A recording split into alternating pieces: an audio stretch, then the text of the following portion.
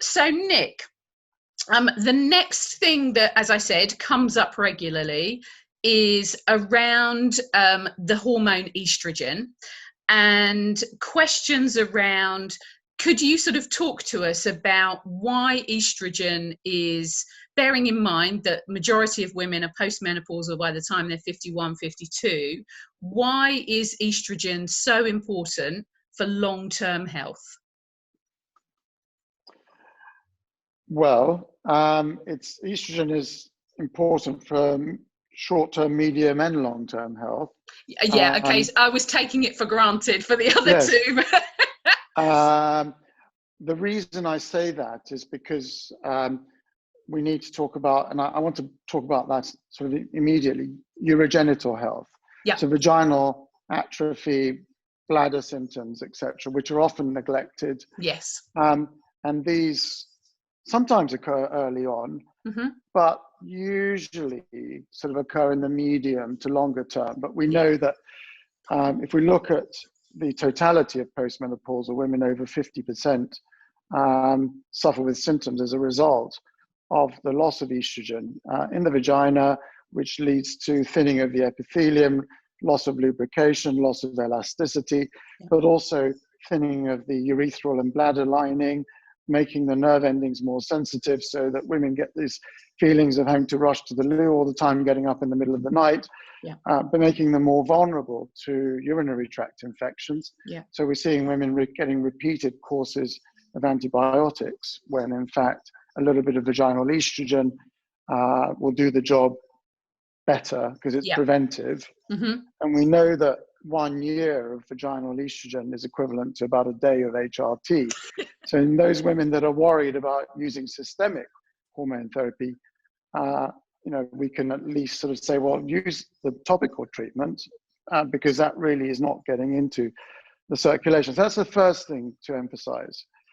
The second thing is the importance, of course, of estrogen and bone turnover.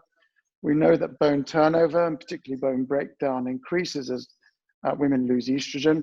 So replacement of that means that less bone turnover is slowed down. The rate of bone formation is equivalent to the rate of bone loss, and so bone loss is stabilized. And we know that women reach their maximum bone density, peak bone density, usually in their late 20s or early 30s. And it's interesting how it sort of mirrors the reduction in ovarian reserve, which starts in a woman's 30s, that sort of gradual sort of loss of bone density, which then accelerates through the menopause and beyond. And also what's really interesting is that cardiovascular health, which is another important aspect of women's health that estrogen influences, there's evidence that blood fat and insulin resistance starts to kick in as a woman's ovarian reserve again starts to drop mid-30s onwards. And again, potentially, if left unchecked, can lead to an acceleration of cardiovascular health, cardiovascular conditions, cardiovascular problems, which start to mirror the incidence of male cardiovascular incidents, coronary heart disease, etc., from 50s onwards. And I think one of the things that there's been perhaps a failure to recognize is that women presenting with cardiovascular symptoms may not present in as classic a way as men do, with crushing central chest pain. And we have to be aware and mindful that women in the menopause and beyond are just as vulnerable to heart disease as men are, even though we may suffer with those problems earlier. Now, the other thing for which there's been quite a lot of controversy about is the importance of estrogen and dementia. Yes, and I was going to ask you what your thoughts were on this. My belief is that the potential protective effects of estrogen, which we talk about this window of opportunity for preventing cardiovascular disease, if we start estrogen early, because of the beneficial effect it can have on blood vessel elasticity, on making women more insulin sensitive, on the lipids, lipoproteins, etc. Yeah. Potentially, there is that window of opportunity as well to prevent dementia if estrogen is started early enough, because the blood vessels in the central nervous system and the deposition of amyloid, which has a deleterious effect on the communication of the neurons in the central nervous system, is not yet established. So you can achieve the benefits of improving blood flow, improving the connection of the neurons, which has been shown, estrogen has been shown to have a trophic, a beneficial effect on connectivity of the neurons within the central nervous system.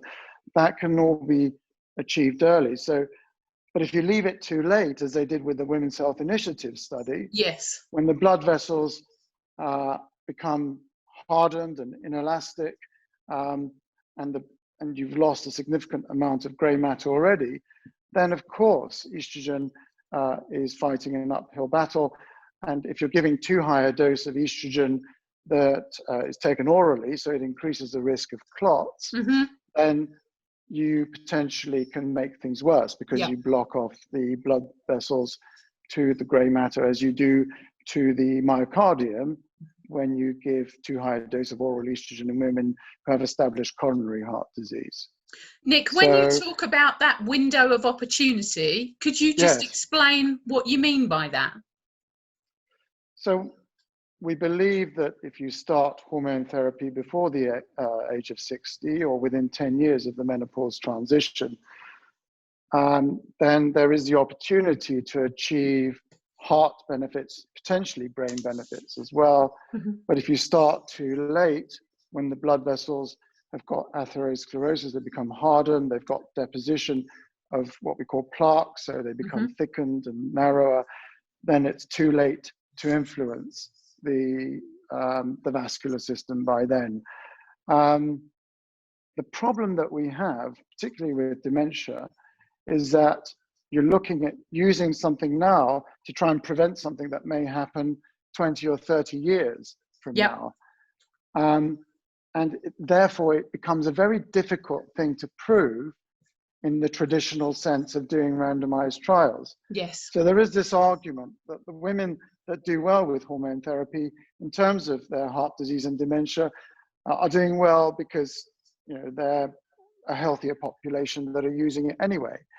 So it's difficult to control for these, what we call confounding variables, for these variables that, unless you do a proper prospective randomized trial, giving women active treatment or dummy treatment for many, many years, then you can't, make sure that women in both sides of the equation are equally healthy or equally unhealthy to begin with. No, absolutely. That totally makes sense. Can I just add one more thing? Yeah, sure. The window of opportunity doesn't apply to the same extent with bones. Okay. So one of the beliefs out there is once you've lost a certain amount of bone density, you can't get it back. Okay. But we know that with appropriate doses of hormone therapy, you not only prevent bone loss, but you can increase bone density as well. So as far as osteoporosis is concerned, it's never too late to start hormone therapy. But that's not to say that we should use hormone therapy as first-line treatment over the age of 60.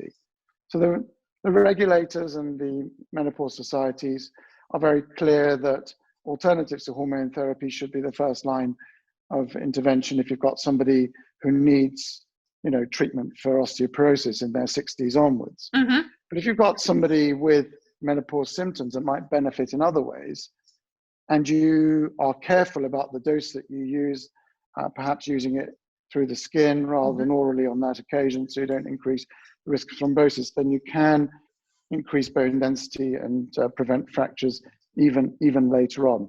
Okay.